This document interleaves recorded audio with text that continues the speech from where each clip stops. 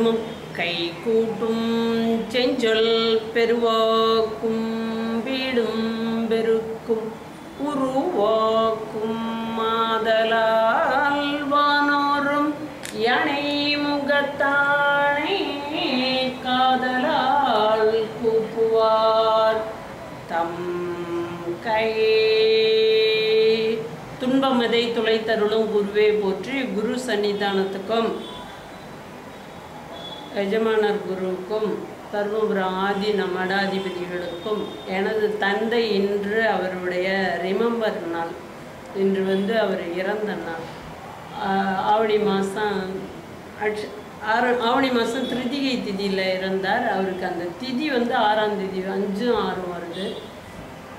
24 August 2017 இருந்தார். அதனால் அவருடைய நினைவு நாள் கொஞ்சம் அன்னதானம் சாப்பாடெல்லாம் போட்டுட்டு தான் வந்திருக்கோம். அவங்க திருவருள் திரு நல்லகுருந்த சுவாமி என்ற ஏஎன்கே சுவாமி அவர்களின் திருவருள் முன்னிற்க இந்த பாடத்தை எடுக்கிறேன்.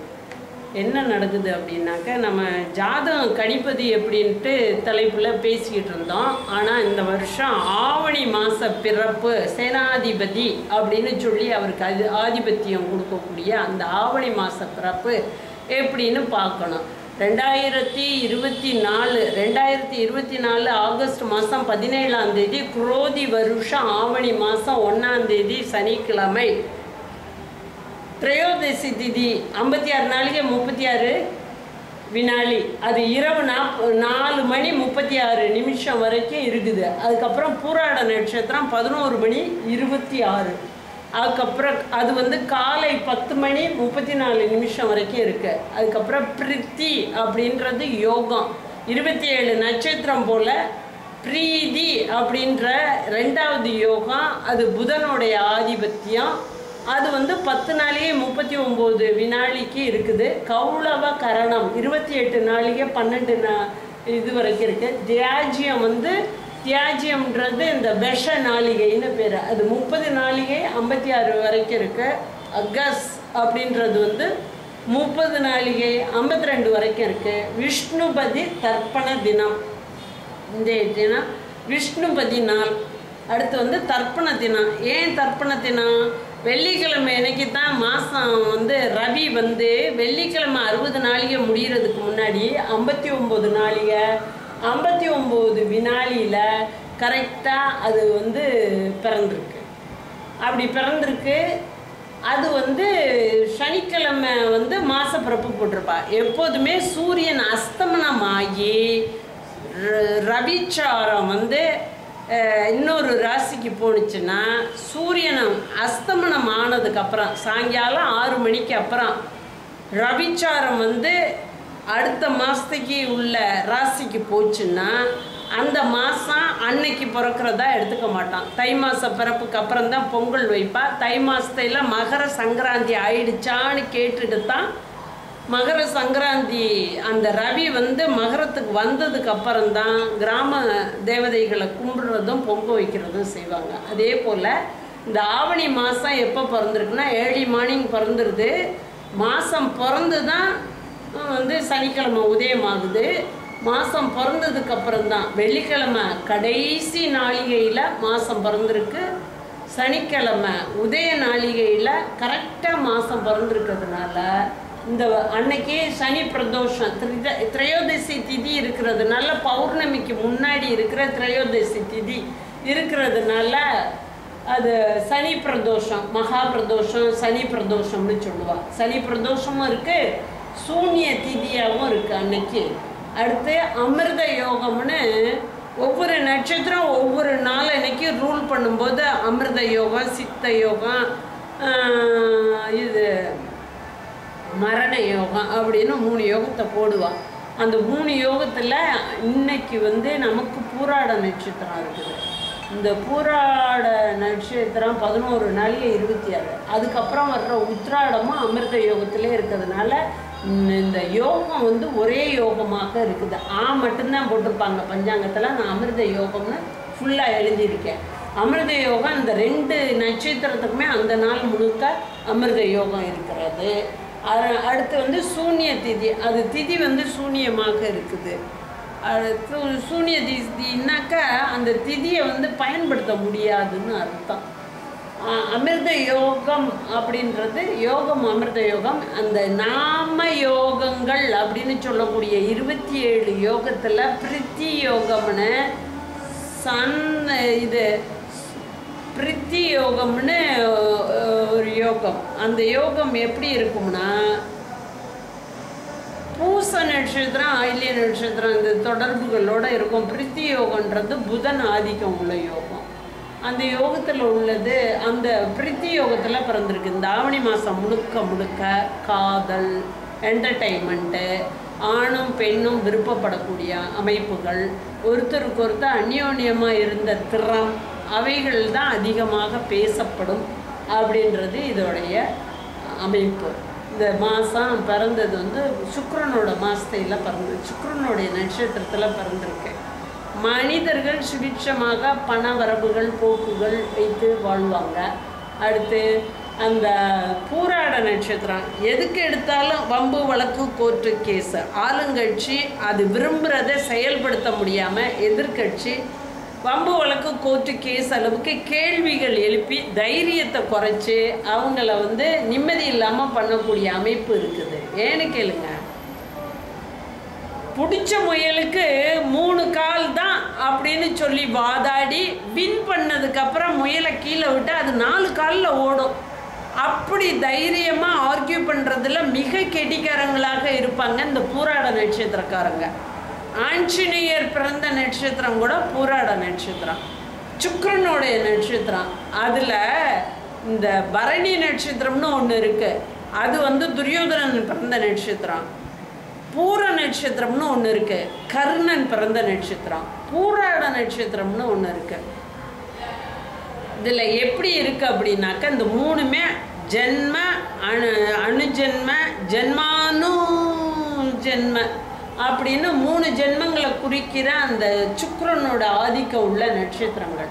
இதில் வந்து முதல் நட்சத்திரத்தில் இந்த யோகங்களை எல்லாம் பார்த்தோம்னா அவைகளெல்லாம் வந்து நல்ல சௌரியத்தை, சௌபாக்கியம், சுபம் அப்படின்னு வரும். அடுத்து வந்து சௌபாக்கிய யோகம்ன்றது வந்து இந்த சிம்ம ராசியில் இருக்கிற பூர நட்சத்திரத்துக்கு வரும். இந்த இடத்துல நிறைய உற்பத்தி ஆகக்கூடிய விஷயங்கள், இன்க்ரீஸ் ஆகக்கூடிய விஷயங்கள், எதை தொட்டாலும் பொண்ணாக விளையக்கூடிய விஷயங்கள், அந்த மாதிரி அமைப்பில் அந்த பூர நட்சத்திரம் ஏழையாக பிறந்தா கூட அவங்க காலத்துக்குள்ளே கோடீஸ்வரியாக ஆயிடுவாங்க. கஷ்டப்பட்டு உழைச்சி இஷ்டமாக பணத்தை சேர்த்து சௌரியமாக இருப்பாங்க. பூராட நட்சத்திரம் பெரிய கோடீஸ்வரனாக பிறந்தா கூட எல்லாத்தையும் தூக்கி தூக்கி போடுவாங்க. ரோசம் வந்துடும் அவங்களுக்கு.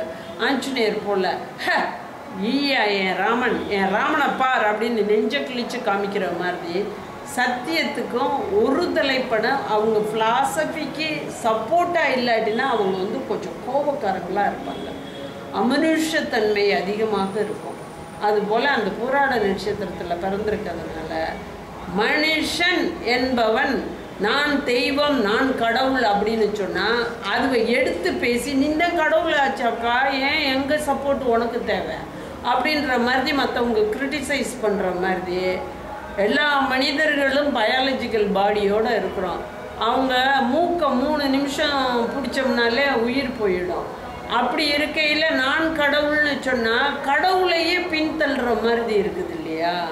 அந்த மாதிரி இந்த ஆணவம், கண்மம், மாயை அப்படின்றவைகளோடு இணைஞ்சு கர்வமாக பொறாமப்படுற மாதிரி அமைக்கக்கூடிய அமைப்பு இருக்குது.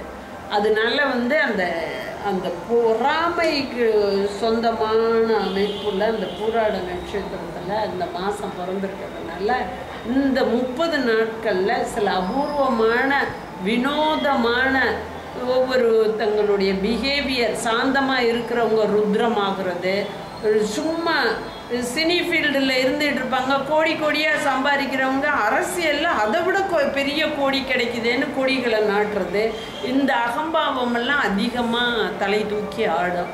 அவைகளை அடக்கிறது போல் அந்த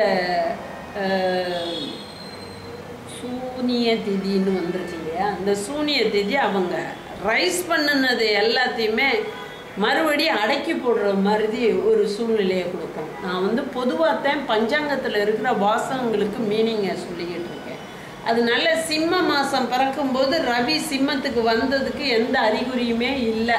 அந்த 17ஆம் தேதி 8ஆம் மாதம் 2024 அதில் கொடுத்துருக்கு குரோதி வருஷம் ஆவணி மாதம் 1ஆம் தேதி சனிக்கிழமை திரையோதசி திதி அப்படின்னு கொடுத்துருக்கு. பூராட நட்சத்திரம் கொடுத்துருக்கு. பிரீத்தி யோகம் நாமகரண யோகம், கௌலவ கரணம், தியாஜ்யம் 30:56, அகஸ் 30:52, விஷ்ணுபதி அப்படின்னா பிதிர் தர்ப்பண காலம் அப்படின்னு இருக்குது. 108 புண்ணிய தினங்கள்னு இருக்குது. 365 நாட்களில் புண்ணிய தினங்கள் இருக்கு. 12 மாச பிறப்பு புண்ணிய தினங்கள், அதே போல் 12 அமாவாசை புண்ணிய காலங்கள், 12 பௌர்ணமி புண்ணிய காலங்கள், அதே போல் இந்த ஒவ்வொரு யோகங்களும் ஒவ்வொரு நட்சத்திரத்தில் உதிச்சுன்னா அது ஒரு புண்ணிய காலங்கள் அப்படின்னு சொல்கிறது.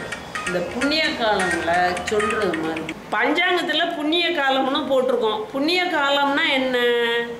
அந்த சங்கராந்தி புண்ணிய காலம். சங்கராந்தினா ஒவ்வொரு மாத பிறப்பும் புண்ணிய காலம்.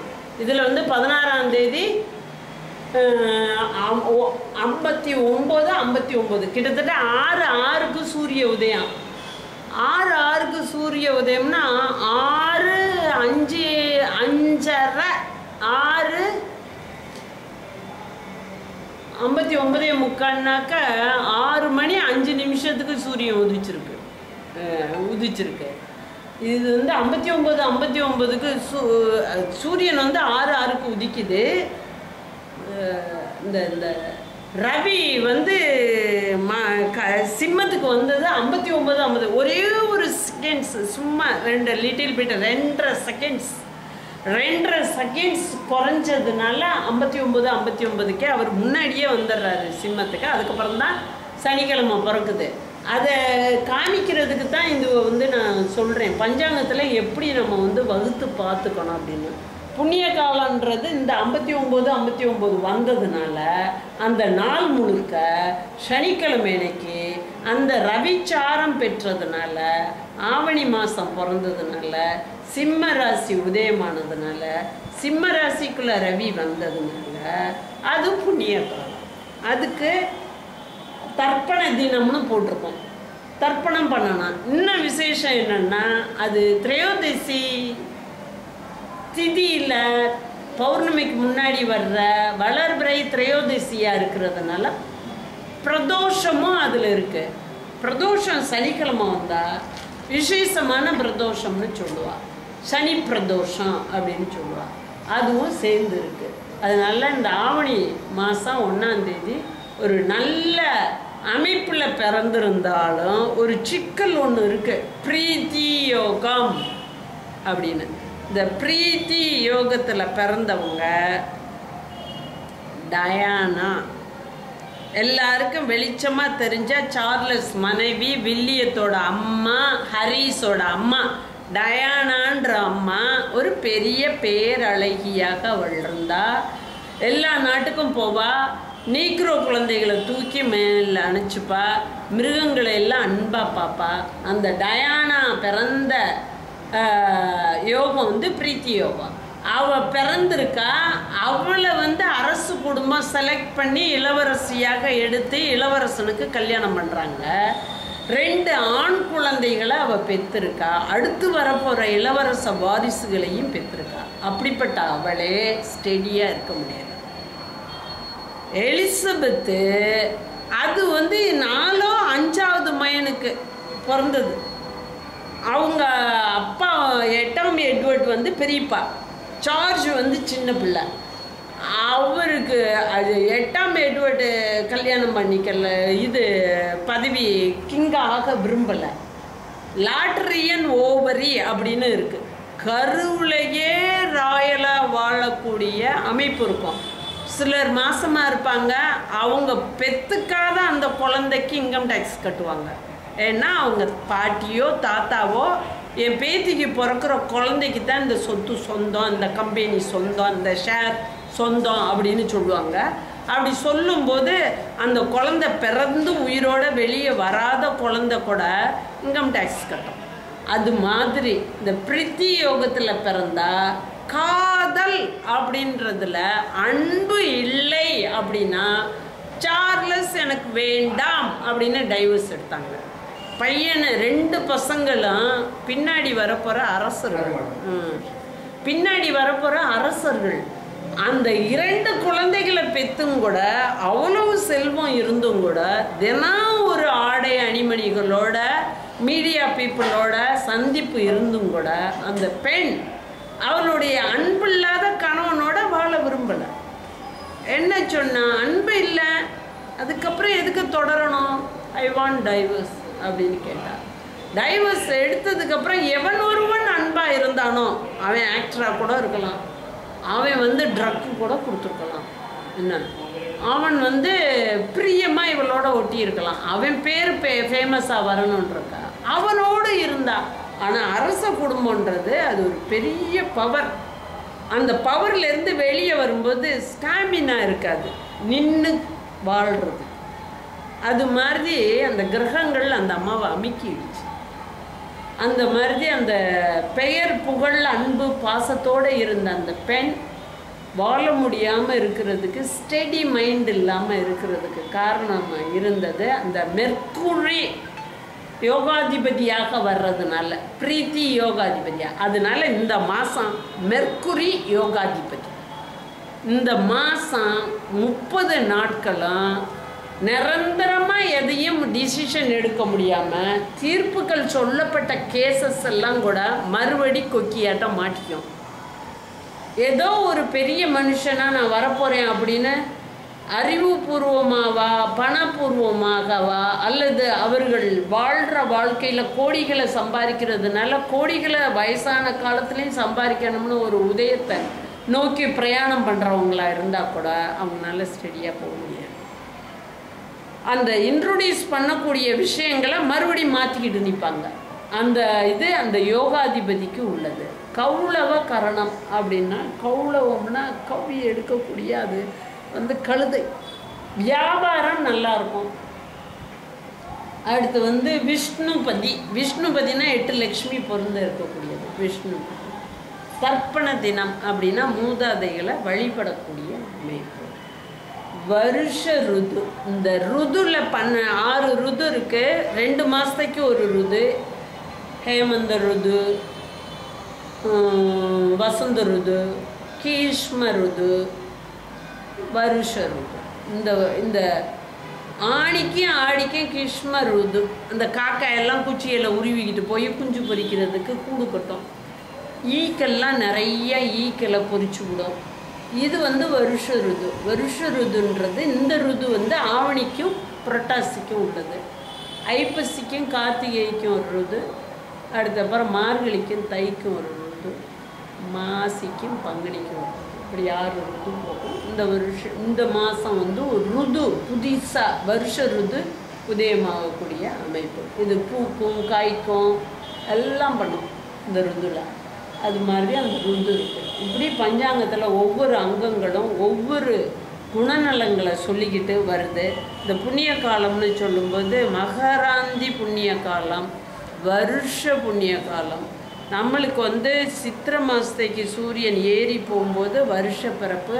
அதனால சௌர மாதத்தை கும்பிடுற, சூரியனை அடிப்படையாக கொண்டு கும்பிடுற தமிழர்களுக்கு அது புண்ணிய காலம்.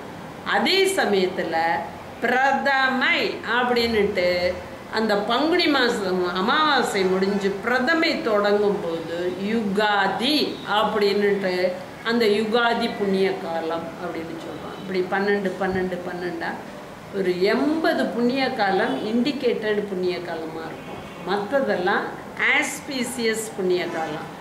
குரு சிங்க ராசியில் இருக்கும்போது, சூரியன் சிங்க ராசியில் இருக்கும்போது, சுக்கிரனும் அங்கேயே இருக்கும்போது, ஒரு 5 கிரகங்கள் ஒரே நேர்கோட்டில் இருக்கும்போது ஒரு புண்ணிய காலம்னு தர்ப்பணம் பண்ணுவாங்க. அது மாதிரி அமாவாசை, பௌர்ணமி, சங்கராந்தி, அப்புறம் இந்த வரியான் யோகம் அப்படின்னு ஒரு யோகம் இருக்குது. அந்த யோகத்துக்கு வந்து சிவராத்திரியோடு சேர்ந்து வரும்.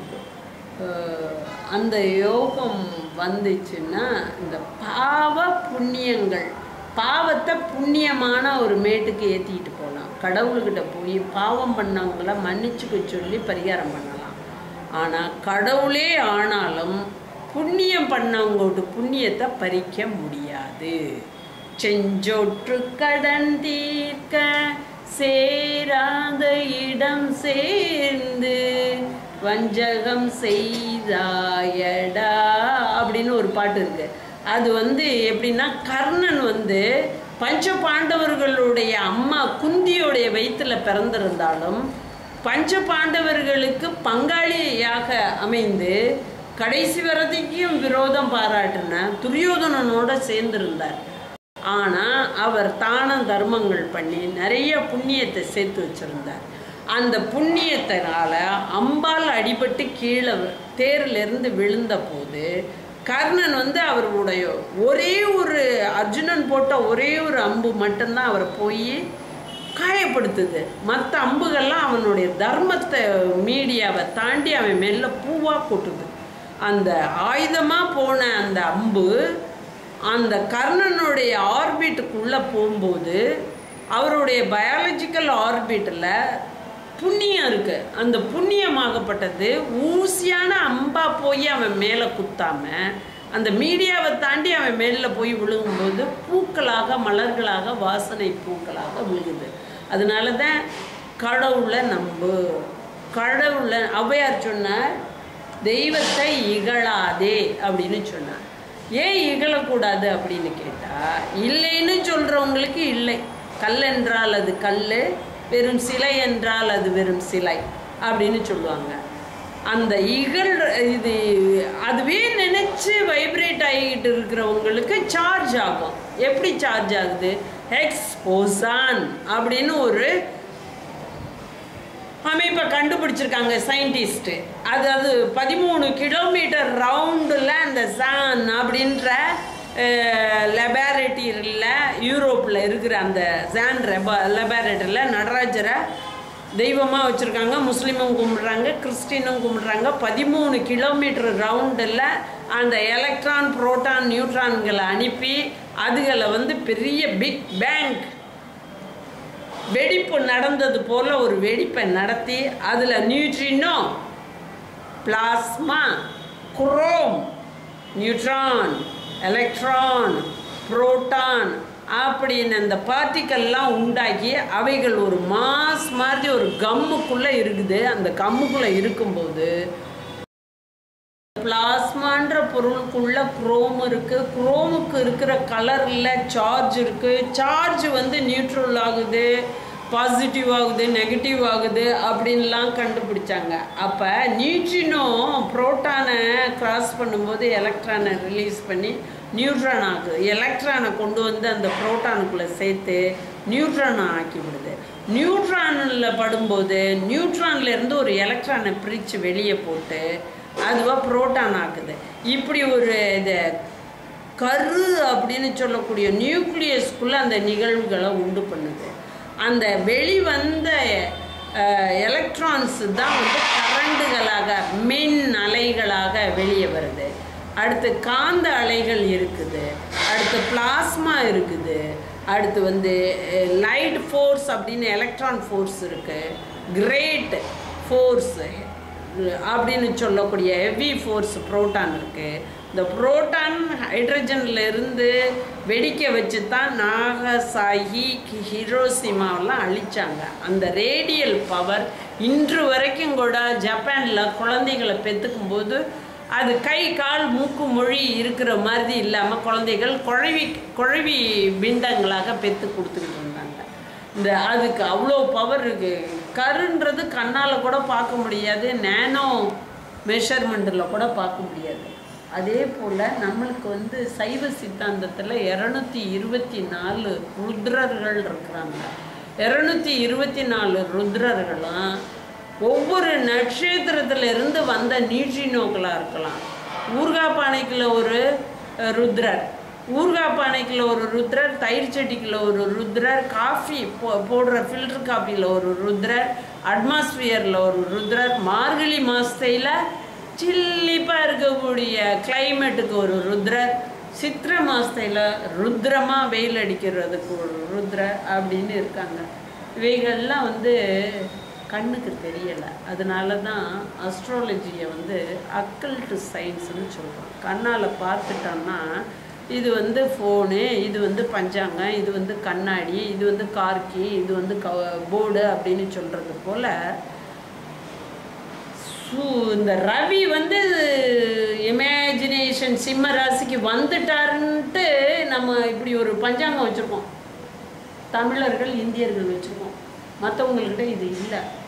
இந்த பஞ்சாங்கத்துக்கு நாங்கள் டெலஸ்கோப் வச்சில்ல, நாங்கள் டெலஸ்கோப்பில் வச்சு சூரியன் இங்கே தான் இருக்காரா, சந்திரன் இங்கே தான் இருக்கிறாரான்னு சொல்லலை. எங்கள்கிட்ட ஒரு ஃபார்முலா இருக்குது. சூரிய சாரம், சூரிய சித்தாந்தம். சூரிய சித்தாந்தத்தில் 9 நவகிரகங்களுக்கும் சித்தாந்தம் இருக்குது. இந்த சித்தாந்தத்தை வச்சு இந்த பஞ்சாங்கத்தை நாங்கள் எழுதுகிறோம். இந்த பஞ்சாங்கத்தை எழுதிட்டு இந்த பஞ்சாங்கத்தில் இருக்கிற விஷயங்களை ஒரு பண்பு அலைகளை போல ஜோதிடர்கள் மக்களுக்கு இன்ஃபார்ம் பண்ணுறோம். அப்படி இன்ஃபார்ம் பண்ணும்போது அதில் வெள்ளக்காரி கூட ஃபீல் பண்ணுறா, Saturn is so friendly with me because I pray last week. This week he is friend with me அப்படின்னு சொல்கிற அளவுக்கு அவங்க இதை பற்றி இந்த ஃபிலாசபியே தெரியாதவங்க அதோடைய சாரங்களுடைய எஃபெக்டு வைப்ரேஷன்களை புரிஞ்சுக்கிறாங்க. வைப்ரேஷன் அப்படின்றது தான், அசைவுகள் தான், சாரம் தான், மூமெண்ட்டு தான். நாங்கள் இந்த ஜோதிடமாக எடுத்து மக்களுக்கு சொல்லிக்கிட்டு இருக்கோம். இன்று ஆவணி மாத பிறப்பில் இருக்கக்கூடிய சில ரகசியங்களை சொல்லியிருக்கேன். இதில் நமக்கு இதை எடுத்து பேசுகிறதுக்கு எத்தனை புண்ணியம் வந்திருக்கு பாருங்கள். பிரதோஷம் இருக்குது. அடுத்த மாத பிறப்பில் அந்த மாத பிறப்பை போட்டிருக்க நாளன்று மாதம் பிறக்கலாம். அடுத்து அந்த தர்ப்பண புண்ணிய காலம், இதெல்லாம் எல்லாம் ஒரே வரியில் எழுதியிருப்பாங்க பஞ்சாங்கத்தில் மெசேஜ். இந்த ஒரே வரியில் எழுதியிருக்கிறதுல ஏகப்பட்ட ஜுவல்ஸ் இருக்கிற மாதிரி ஏகப்பட்ட சமாச்சாரங்களை அடக்கி இந்த ஆவணி மாதம் 1ஆம் தேதி, குரோதி வருஷம் ஆவணி மாதம் 1ஆம் தேதி 17/8/2024 அன்று பிறந்த மாத பிறப்பில் இருக்கிற ரகசியத்தை என்னால் முடிந்த அளவு விளக்கி சொல்லியிருக்கேன். மற்றவர்களும் பஞ்சாங்கத்தை பார்த்து அனுபவிங்க. யூஷுவலாக அந்த ராஜான்றது அங்கே பங்குனி மாதம் வர்ற பிரதமை திதி, வளர்பிறை அமாவாசைக்கு அப்புறம் வர்ற பிரதமை, யுகாதி பிறக்கிற அன்னைக்கு என்ன கிழமையோ அவர் தான் ராஜாவாக இருப்பார். மந்திரி அப்படின்றவர் ஆவணி மாதத்தைய தொட்டுக்கிட்டு இருப்பார். அதே போல் ஆவணி மாதத்தில் சனிக்கிழமை தான் இந்த வருஷம் ராஜாவும் சேனாதிபதியும் சனி வாரத்திலே வர்றதுனால இந்த ஆவணி மாத பிறப்பை வச்சு தான் அவங்க பதவியெல்லாம் கொடுக்கப்படுகிறது. அதே போல் மகர சங்கராந்தி, தை மாத பிறப்பு, சித்திரை மாத பிறப்பு அப்படின்லாம் எடுத்துக்கிறோம். மந்திரி அதாவது யுகாதியை ராஜா, சித்திரை மாத பிறப்பை மந்திரி, இது ஆவணி மாத பிறப்பை சேனாதிபதி அப்படின்னு சொல்லி இந்த வருஷம் சேனாதிபதி சனி வாரத்தை எடுத்து அவங்க போட்டிருக்கிறதுனால எல்லாருக்கும் நற்பலன் தர புண்ணிய காலங்களுடைய அதிர்ஷ்டங்கள் அறிய மாத பிறப்புடைய புண்ணிய காலம் சங்கராந்தி, மாச சங்கராந்தியை அறிஞ்சிக்க பஞ்சாங்கத்தில் குறிக்கப்படுற ரியல் புண்ணிய காலம் அப்படின்றது 108 கிட்டே இருக்குது. 80 தான் அதிகமாக பயன்படுத்துகிறோம். 108 கிட்டே இருக்குது. நாம யோகாதிபதி அப்படின்றவரை வச்சு இன்னொரு 27 புண்ணிய காலங்கள் இருக்குது. அதுபோல் இப்படி 27 27 27 4 தவணை அடுக்கணும்னா 108 வந்துடும். நட்சத்திரம் 27, அவைகளுக்கு ஒரு புண்ணிய காலங்கள் இருக்குது. யோகங்கள், நாமகரண யோகங்கள் 27, அதுக்கு ஒரு புண்ணிய காலம். 2 27 வந்துருச்சா, 2 27 54 ஆகிடுதா.